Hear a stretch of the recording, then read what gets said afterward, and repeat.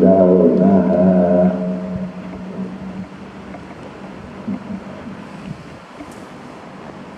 Apa artinya?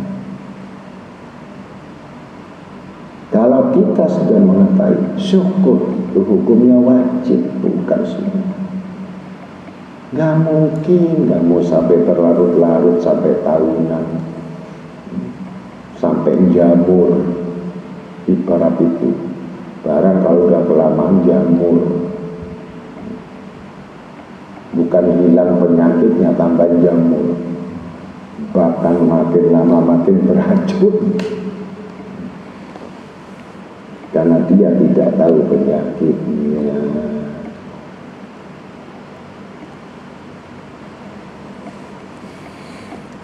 Ketika dikembalikan fitrah oleh Allah Ta'ala, ini dikembalikan fitrah, tahu tidak?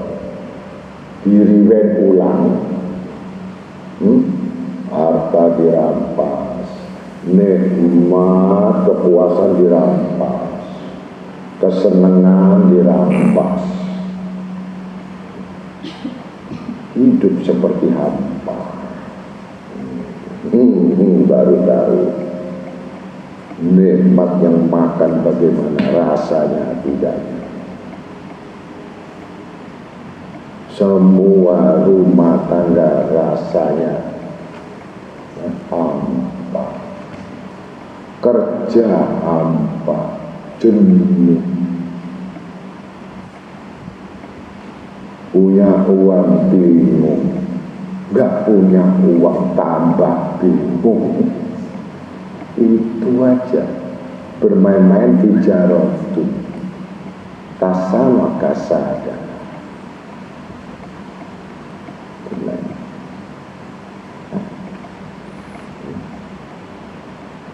Penyesalan demi penyesalan, beban demi beban, pikiran demi pikiran, kesusahan dengan kesusahan. Ibadah sudah, zikir sudah, haji sudah, haji sudah komplit.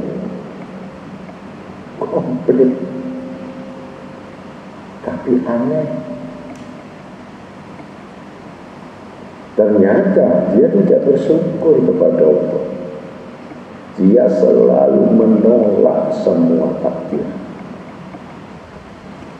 Dia menolak apa semua yang terjadi.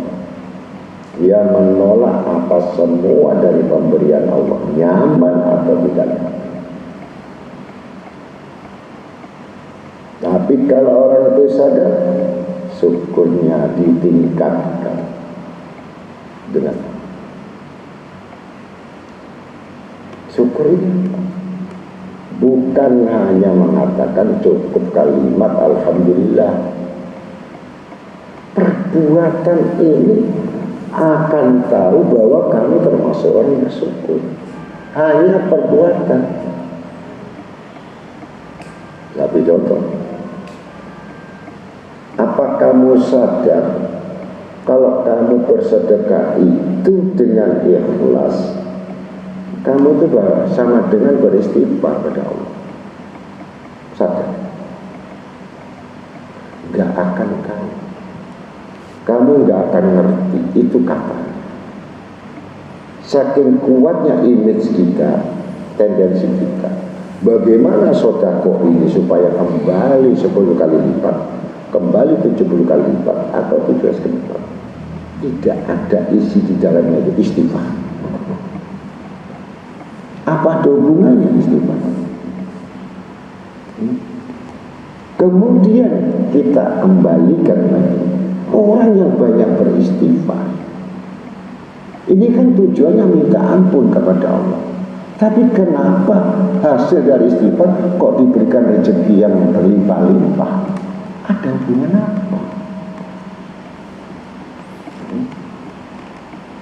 Tidak ada hubungan. Mana ada hubungan istighfar dengan rezeki? Tidak ada. Ini hubungannya ampunan, istighfar ampunan. Begitu pula orang sedekah. Ini tanda orang syukur tadi. Sedekah yang dimaksudkan, dia beristighfar kepada Allah Ta'ala. Sebaliknya dia beristighfar kepada Allah, dia sudah bersedekah, dapat rezeki. Aneh. Coba kamu pernah nggak berpikir, astagfirullahaladzim bikulli dzambin alladzi la ilaha illa huwa, bahwa itu adalah kandungan multi yang mana istighfar itu diampuni asal betul. Yang kedua, ila yarzuq bin hajratasib, diberikan rezeki oleh Allah yang melebihi dari hajat kamu, lebih dari tahajud kamu, lebih dari puasa kamu. Ini bentuk konsekuensi bahwa hamba ini betul-betul menyadari al-insanu dhaif, benar-benar manusia ini dalam kelemahan. Melazim aksiru istighfar, sudah melazim itu memperbanyak lagi istighfar. Ketika dia mendapatkan lagi syukur, mendapatkan lagi karunia Allah, hadiah rezeki, dia lempar lagi. Ini orang berilmu ya, ngerti. Kalau ini uang ini, harta ini, kalau aku lempar dapat ampunan lagi dosa. Yang tadi sudah istighfar diampuni, dapat rezeki lagi, rezekinya dihantamkan lagi beristighfar. Sudah dihantam beristighfar lagi, digantikan lagi 10 kali, 7 kali. Bagus. Daiman abadah. Dikekalkan Allah selama-lamanya. Tapi kalau motivasi, ini orang awam kan?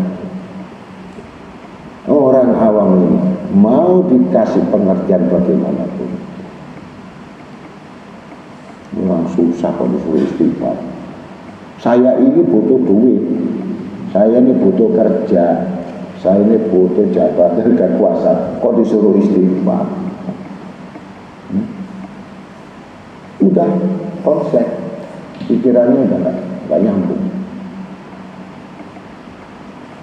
Padahal sudah kasih pengertian yang demikian. Ini tanda orang bersyukur. Orang yang kuat syukurnya pasti kuat tobat dan istighfar. Ini orang syukur. Kuat tobat. Kuat syukurnya karena kuat tobat. Kuat istighfarnya, kuat amalnya. Gampang. Kalau dia betul-betul hamba yang mengakui tadi, kalau mau kuat syukurmu, banyaklah istighfar, banyaklah tobatmu, niscaya banyak sedekah. Gampang. Sedikit syukurnya, sedikit, udah sedikit syukurnya, nikmatnya sedikit, siksanya pedih. Hartanya tidak bertambah, berkurang, tambah berkurang. Hukuman, siksa pikirannya, siksa hatinya, siksa semua kehidupannya, enggak sadar. Mati, naudzubillah enggak bawa iman.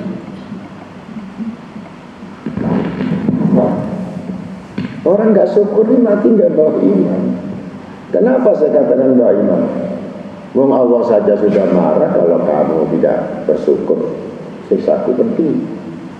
Kan sudah disiksa. Orang disiksa itu bisa pulih.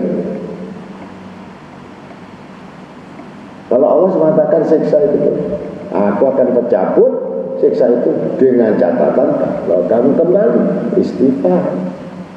Loh, jadi cara mengembalikan banyak istighfar. Ini hubungannya syukur dan istighfar.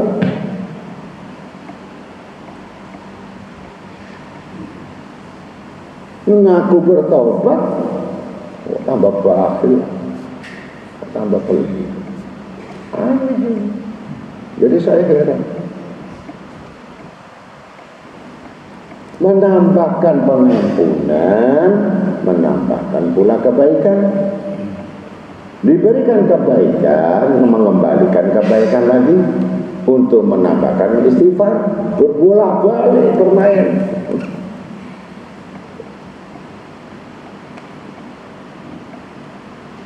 Kalau orang menyayangi diri, pasti nggak menyayangi harta. Kalau orang menyayangi harta, itu pasti melayani dirinya. Itu aja. Sayangi dirimu berarti kamu disayangi Allah. Sayangi dirimu, tapi kamu korbankan dirimu, semua kehidupanmu untuk harta, berarti kamu tidak menyayangi dirimu. Kamu itu sudah bunuh diri sebelum bunuh diri, karena saking kuatnya kamu sayang dengan harta, begitu. Tapi nggak sadar ya.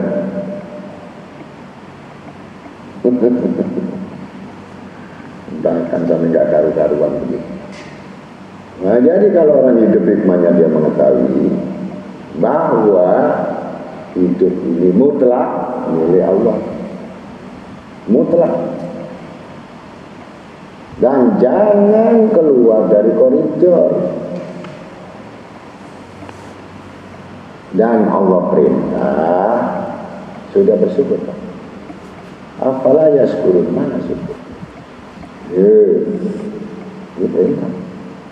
Ternyata dirinya nggak pernah syukur, ngeluh terus.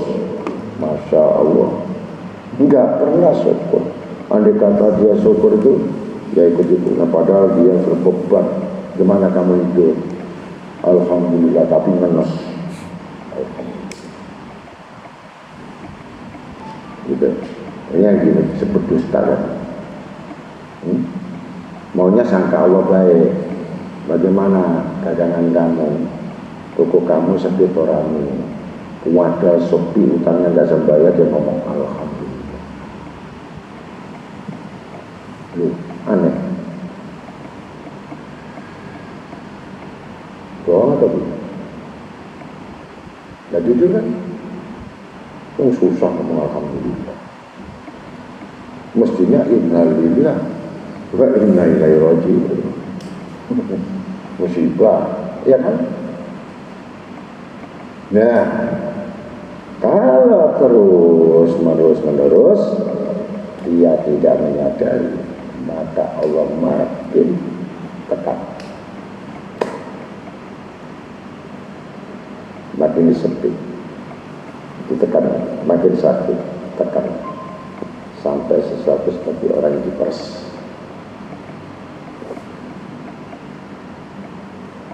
Ini belum mati. Dan itu pun tidak merupakan dosa yang ternyata semakin tidak beristighfar, semakin lari dari Allah. Udah seperti itu, lari dari Allah. Ditunggu putus asa. Kalau sudah putus asa, habis, tidak ada jalan.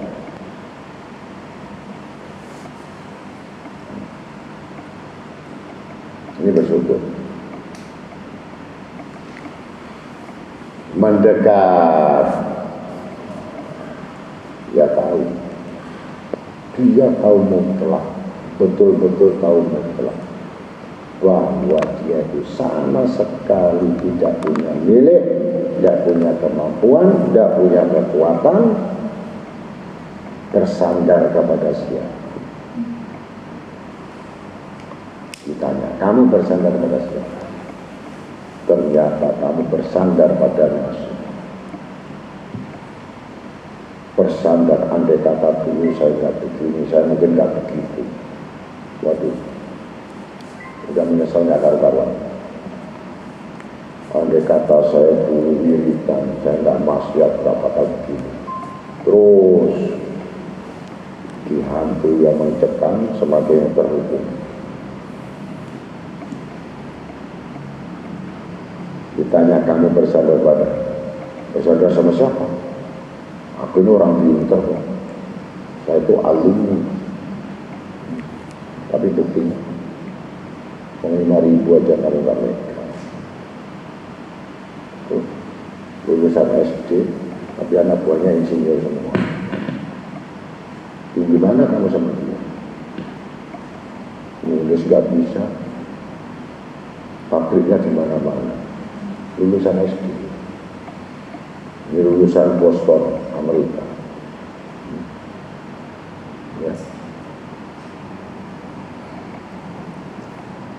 Cuman Gojek.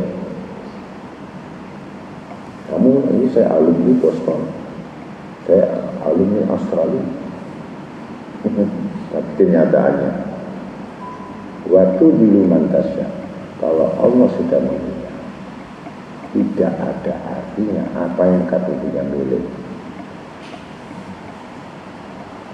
Walaupun kamu bilang, kalau Allah mengendaki kemuliaan, tidak ada satupun yang bisa menghalangi.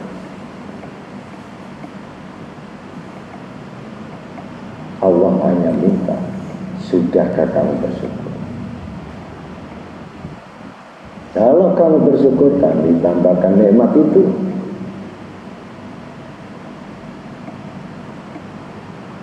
Kalau kamu tidak bersyukur tadi, ya tunggu siksaku. Dari dalam ku hantam, dari luar ku hantam, pekerjaanmu ku hantam. Semua aspek kehidupanmu, sampai yang paling terakhir. Nikmat iman aku cabut, nikmatnya ibadah aku cabut, nikmat iman aku cabut, tinggal nikmatnya setan saja yang ada sama kamu. Na'udzubillah dari nikmatnya setan, nikmat iblis. Jangan rasakan pikir apa ini enggak ada nikmatnya iblis. Merasa dia itu tadi ingin hidup selama-lamanya, tidak mau mati. Itu nikmat iblis. Akhirnya hidup ketakutan mati, takut sakit, takut miskin, takut sebenarnya ketakutan, takut stres, overthinking. Akhirnya kompensasi reaksi pelarian sana, udah sebenarnya sudah kena saraf. Itu harusnya masuk rumah sakit jiwa tanpa sadar kalau syaratnya sudah kena. Gak punya program. Hidup itu gak ada program. Hidup itu gak ada sistemnya, gak ada mekanisme, gak ada cita-citanya. Dia berjalan tergantung angin. Ini sudah sebenarnya udah kena syaratnya.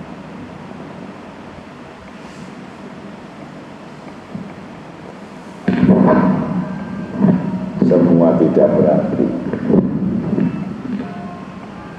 Nah ini yang disebut kufur. Kalau ngerti tadi, ingin tambah sesuatu yang nikmat, mau tambah atau tidak? Pasti ingin tambah. Sesuatu yang tidak nikmat, pasti capek atau tidak? Kalau ngaji capek, ngaji letih, ngaji jenuh, ngaji bosan, ini memang gak suka. Ini orang yang betul-betul memang adalah pendusta, gitu. Mulai kurang, surut, ini orang kufur itu begitu. Mulai kurang. Pertama coba pelan-pelan, gak terasa. Saya lihat aja. Lebih kuat yang lainnya. Udah ketahuan, gak usah 1 tahun. 1 bulan saja. Ingin tahu kan? Itu. Ini merupakan tanda-tanda kekufuran itulah sehingga semua menjadi berkurang. Mengurangi kebaikan dengan Allah. Kamu siap di dalam dirimu, Allah akan mengurangi semua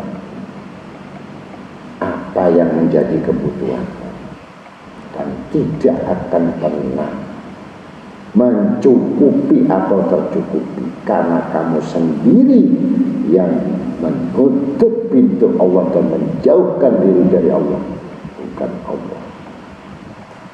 Kesalahan adalah di tempat manusia itu tanpa disadari, kekufuran yang tanpa disadari menghilangkan semua nikmat. Perintah Allah itu akan mengembalikan semua apa yang hilang di tanganmu, apa yang hilang di hatimu, apa yang hilang di abadi. Sementara hilang. Ketika kamu kembali, Allah kembali.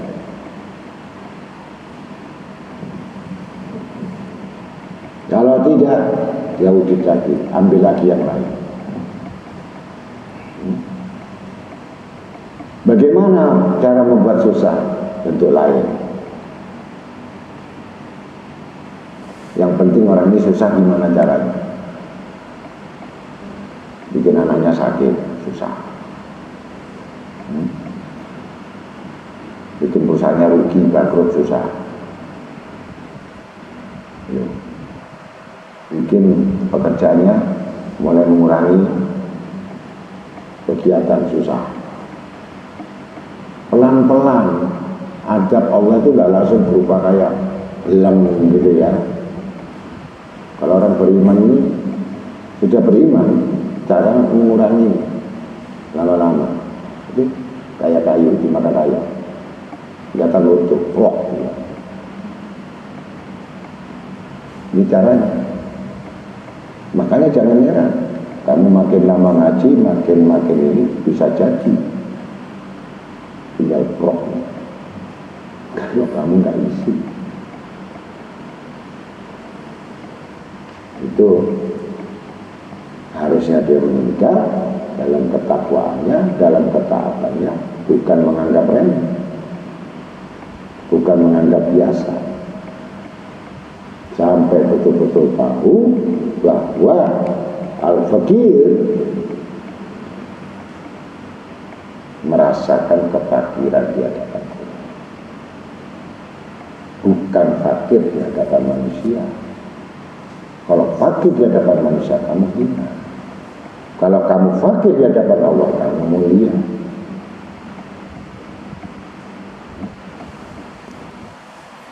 Kebanyakan manusia itu fakir di hadapan manusia, bukan fakir di hadapan Allah. Kalau kamu merasa fakir di hadapan Allah, pasti kamu dimuliakan. Tapi karena kamu sombong dengan Allah, kamu difakirkan. Nah, syukur saja. Nah, yang gak syukur siapa? Sejarah. Mungkin semua orang tahu. Harta korun. Karun itu korun.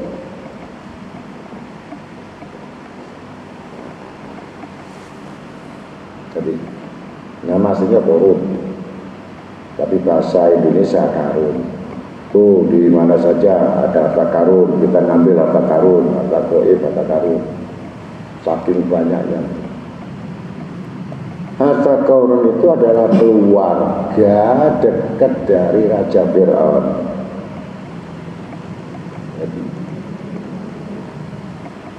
Belajar ilmu kepada Nabi Musa. Jadi karena tekanan-tekanan dari Raja Fir'aun, tinggalkan kerajaannya itu, sudah enak istana, belajar ilmu sama Nabi Musa. Akhirnya dapat doa, dapat ilmu takwa, dapat ilmu tauhid. Masya Allah. Ilmu zuhud, warok sudah dapat semua. Cuman salahnya, kalau nanti saya sudah zuhud, sudah warok, sudah ibadah, kami akan himpun harta.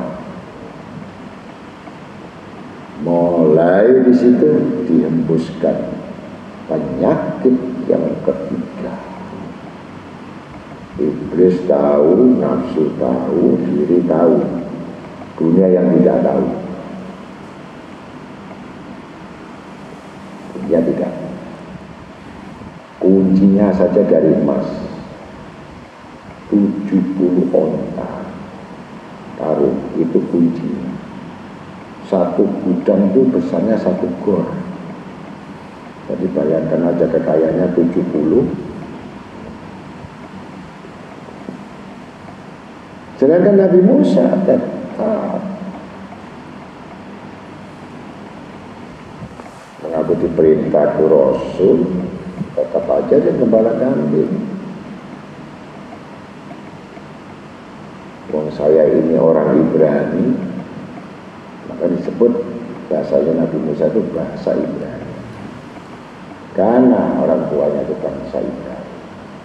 Barang siapa bangsa Ibrani, kami bunuh, kami anak laki-laki Ibrani bunuh.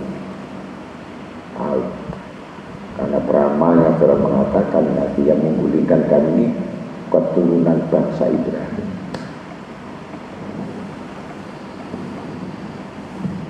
Akhirnya langsung ayat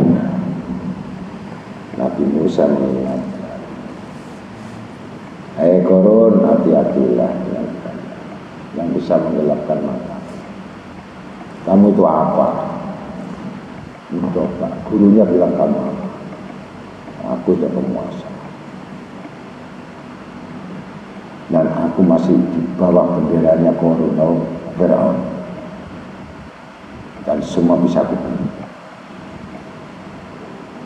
Satu kunci gudang Sakor, disitulah sihirnya dunia ini lebih, sehingga Harut Marut lebih besar sihirnya. Kamu belum tahu siapa dia. Andai kata dia gak suka, dia cuma nahan, ngempet, begitu meledos.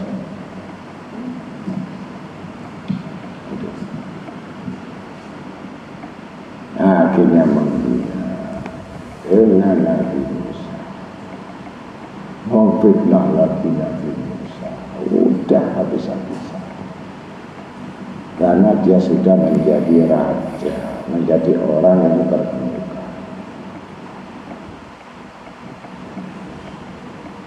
Akhirnya marahlah Nabi Musa, tongkatnya ini saja diketuk saja ini 3 kali, 1 luka. Khusus lukanya itu istananya Korun, istrinya, anaknya, pegawainya, semuanya. Hartanya, kudanya tadi berapa ya itu, semua ditenggelamkan oleh Allah, diratakan kembali. Habis ya dari ceritanya sebentar. Kalau Allah menghabiskan sebentar saja, kecuali orang yang bertobat. Tapi suruh bertobat tidak mau. Akhirnya Korun, maka sekarang dimana saja kalau ketemu ini harta Korun, ada saking banyaknya namanya harta karun, hanya murtad kepada Nabi Musa. Dan Nabi Musa memiliki kekayaan. Andai kata aku mau jadi raja, aku sudah nundukkan Firaun, niscaya aku akan kuasai kerajaan Firaun. Dan Firaun sudah tenggelapan di laut, kerajaannya kan juga bisa dikuasai. Musa tidak mau, Nabi Musa. Begitu. Kenapa? Aku tingkatkan syukur kepada Allah, karena Allah telah memberikan segala sesuatu yang tidak dimiliki orang kaya, yang tidak dimiliki orang lain. Apa? Kekayaan hati.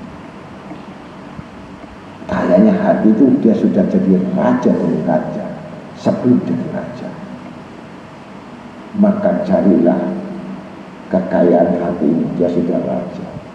tidak butuh apapun sama makhluk, tidak butuh apapun perhatian makhluk. Maksudnya ini orang cinta dunia itu nangis dia, kasihan orang itu, sangat kasihan, karena itu sangat menyesatkan dia. Dia sedih kasihan, bukan iri. Yang iri karena sama-sama menginginkan dunia. Orang yang iri itu sama-sama dengan dunia. Kalau orang akhirat, bagaimana iri dengan ahli dunia? Ahli dunia juga tidak suka sama akhirat. Ahli akhirat juga tidak suka dengan dunia. Apa yang iri? Yang suka iri, ya sama-sama senangnya. Dia kepengen dunia itu, dia nggak bisa iri. Mending kamu iri orang suka akhirat, itu bisa tahajud, kenapa saya nggak bisa? Tuh, dia apa boleh kafir, kenapa saya nggak bisa? Siapa doa ini, kenapa saya nggak bisa? Itu iri bagus, iri akhirat, iri dunia jelek, hasut, iri dengki, jatuh menjatuhkan. Nah, untuk itulah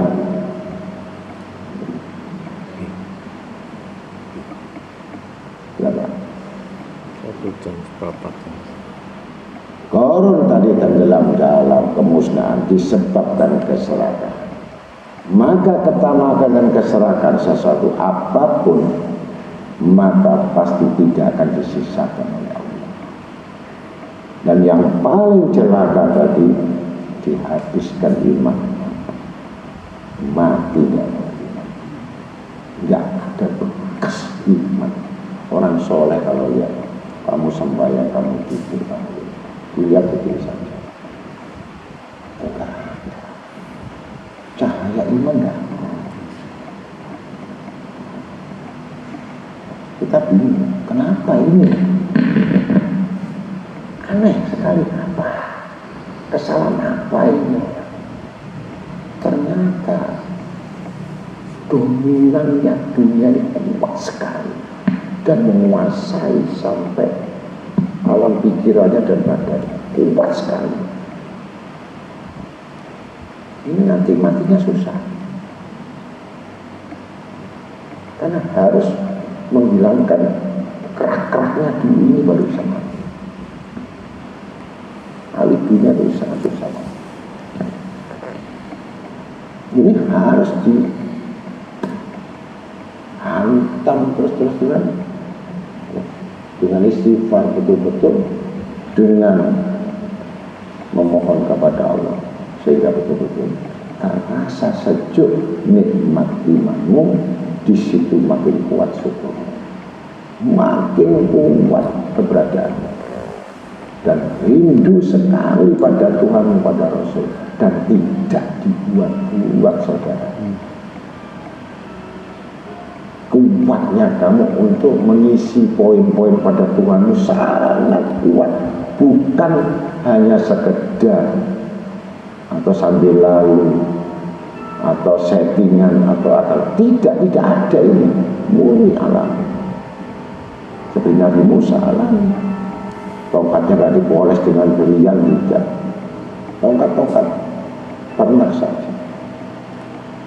Justru karena alami pada Tuhannya inilah, maka disebut adalah golongan orang-orang yang sofa korban as-sakha, hatinya bersih, jiwanya bersih, dari keinginan apa-apa kecuali Tuhannya, maka Tuhannya mencukupinya. Mudah-mudahan kita semoga berbahagia. Assalamualaikum warahmatullahi wabarakatuh. Allahumma sholli